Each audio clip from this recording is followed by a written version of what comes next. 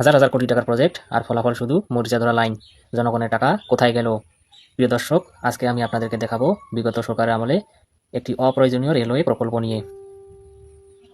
হ্যাঁ, আপনারা ঠিকই শুনেছেন, এটি হলো নীলফামারী জেলার চিলাহাটি হলদিবাড়ি রেলওয়ে লাইন। প্রায় 56 বছর বন্ধ থাকার পর 2011 সালে ভারত বাংলাদেশ যৌথ বিবৃতিতে এটি পুনরায় চালুর সিদ্ধান্ত হয়।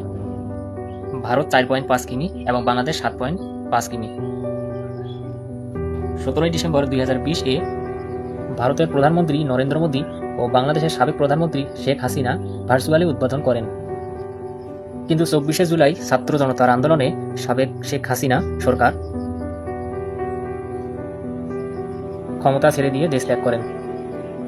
নতুন করে বাংলাদেশ জাতীয় নির্বাচনের মাধ্যমে ক্ষমতায় আসেন বিএনপি সরকার। বন্ধ হয়ে গেল চিলাহাটি হলদিবাড়ি রেলওয়ে সংযোগ।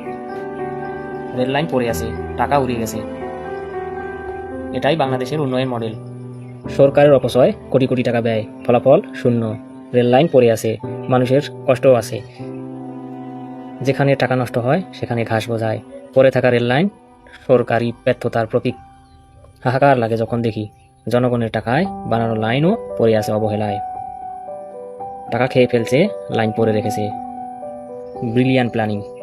উন্নয়নের চাকা ঘুরেনি, শুধু টাকার চাকা ঘুরছে। রেল লাইন তার সাক্ষী।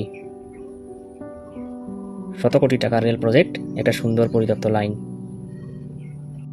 বাংলাদেশের অধঃপতনের এটাই প্রমাণ।